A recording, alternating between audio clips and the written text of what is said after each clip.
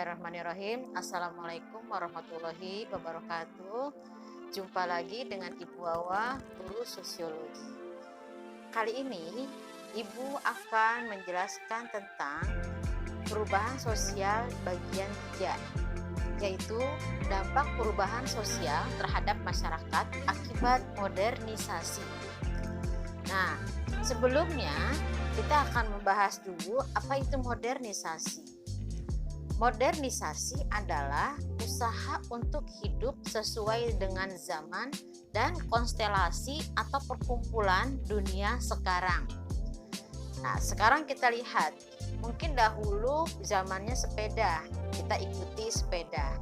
Kemudian transportasi menggunakan kendaraan motor, mobil, kita mengikuti ya perkembangan zaman. Karena kalau tidak mengikuti perkembangan zaman, maka kita akan ketinggalan. Ketika contoh lain lagi adalah mesin tik. Ketika zaman itu kita menggunakan mesin tik, zaman berubah, kita menggunakan komputer, laptop. Supaya apa? Tidak ketinggalan zaman dengan perkumpulan dunia sekarang ini. Lalu berikutnya adalah setelah kita membahas tentang modernisasi, kita tahu dulu ciri-ciri manusia modern. Nah, apa itu ciri-ciri manusia modern? Coba kalian mulai introspeksi ya diri. Ciri-ciri manusia modern ini termasukkah kita? Yang pertama adalah menerima hal-hal baru dan terbuka untuk perubahan. Cek, apakah kita menerima hal-hal baru untuk perubahan dan terbuka? Misalnya, saya mengikuti perkembangan zaman dengan belajar dengan e-learning. Nah, ya, kemudian teknologi, berarti menerima hal-hal baru. Yang kedua, menghargai waktu dan berorientasi ke masa depan. Ini ciri yang kedua. Apa maksudnya menghargai waktu dan berorientasi ke masa depan? Ciri orang modern itu sangat menghargai waktu.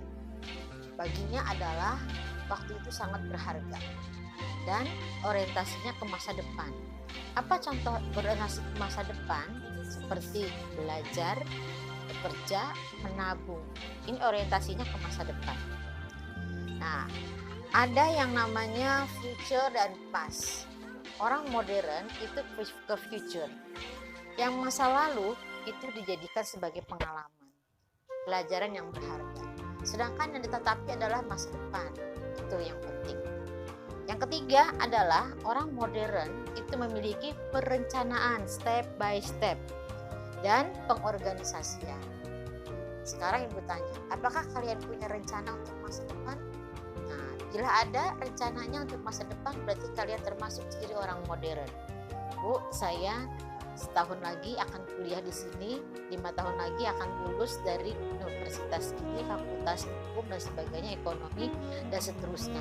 Ada rencana dan ada pengorganisasian tentunya. Yang keempat, orang modern itu harus pede, percaya diri. Percaya diri. Apa maksudnya percaya diri? Percaya dengan kemampuan sendiri. Jadi ketika mengerjakan sesuatu, saya yakin bisa. Saya bisa. Ulangan tidak nyontek, saya bisa. Percaya dengan kemampuan sendiri. Itu ciri orang modern. Bahwa ketika kita tidak percaya dengan diri kita sendiri, apalagi orang lain. Makanya kita harus percaya dengan kemampuan diri kita. Oke? Jadi sekarang ingat, jangan meremehkan diri sendiri. Kalau kita sudah meremehkan diri sendiri, bagaimana dengan orang lain? Yang kelima, ciri orang manusia modern itu adalah perhitungan. Perhitungan itu bukan berarti pelit ya.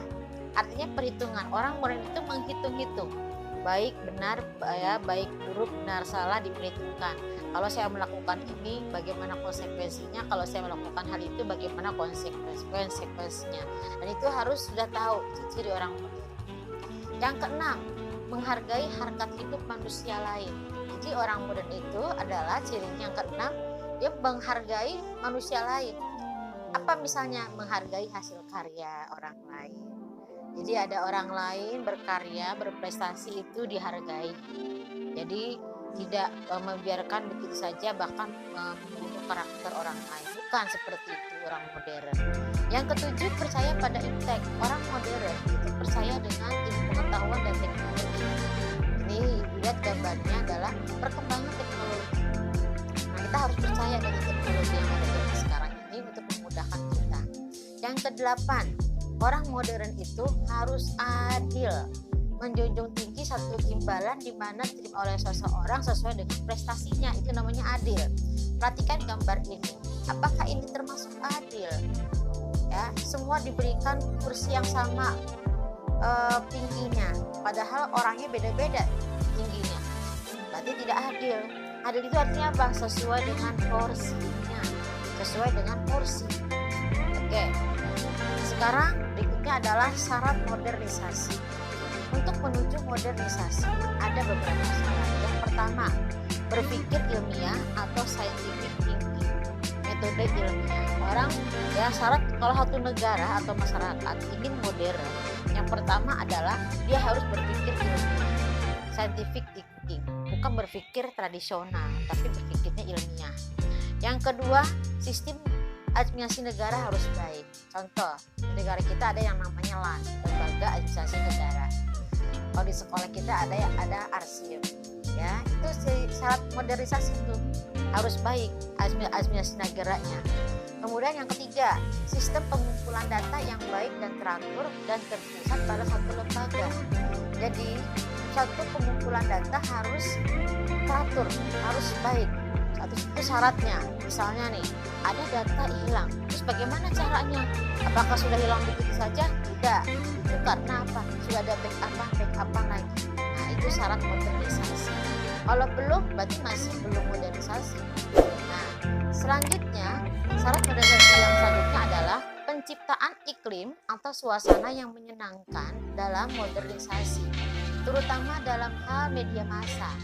Nah, media massa jangan menjadi provokasi, ya, mempengaruhi orang-orang untuk berpikir yang negatif. Yang berikutnya, tingkat organisasi yang tinggi. Nah, disiplin. Disiplin merupakan kunci keberhasilan suatu negara. Atau negara atau masyarakat kalau mau berhasil modern, salah satunya adalah disiplin. Berikutnya adalah sentralisasi wewenang dalam perencanaan sosial. Nah, berarti dalam perencanaan sosial itu harus sentral, terpusat. Misalnya kalau di Indonesia, di mana pusatnya? Oh, di Jakarta dan seterusnya. Ya. Tadi syarat, sekarang adalah dorongan modernisasi. Ada beberapa hal orang mendorong melakukan modernisasi. Satu, meningkatkan efisiensi kerja dan produktivitas. Contoh, ketika menggunakan tenaga kerja manusia itu masih banyak yang belum efisien, sehingga diperlukan tenaga kerja mesin modern. Akhirnya ini ya agar lebih produktif, ya produktivitasnya tinggi. Misalnya tadi membajak sawah dengan antara menggunakan hewan dengan traktor lebih mudah mana? Oh, berarti lebih mudah traktor. Itu untuk meningkatkan efisiensi. Yang berikutnya, hidup lebih praktis dan lebih nyaman. Mungkin zaman dahulu pernah merasakan ketika panas pas kipas gitu ya, sekarang tinggal klik AC udah dingin. Nah, zaman dahulu kalau kita mau ke mesin emang ketik, nah sekarang sudah pas, sudah dengan laptop dan sebagainya, praktis, nyaman. Itu dorongannya kenapa orang mau modern. Yang ketiga, mendapatkan sesuatu lebih banyak, lebih baik, lebih bermutu. Nah, ini tentu yang diharapkan. Ketika menggunakan manual, tentunya hasilnya itu kurang baik. Oh, dengan mesin, dengan modern hasilnya lebih baik. Maka tentu itu dorongannya. Mengapa orang mau modern? Selanjutnya, setelah modernisasi, kita akan bahas tentang gejalanya. Gejala modernisasi. Satu, dalam bidang budaya. Nah, apa maksudnya dalam bidang budaya?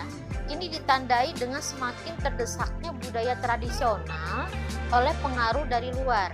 Kita sekarang perhatikan saja, anak-anak ya, coba kalau ditanya, tahu nggak permainan tradisional, dampu, kelereng, ya, gobak sodor, kemudian permainan-permainan yang zaman dahulu yang mungkin zaman ibu bapak pernah melakukannya, main dampu, main gobak sodor dan sebagainya.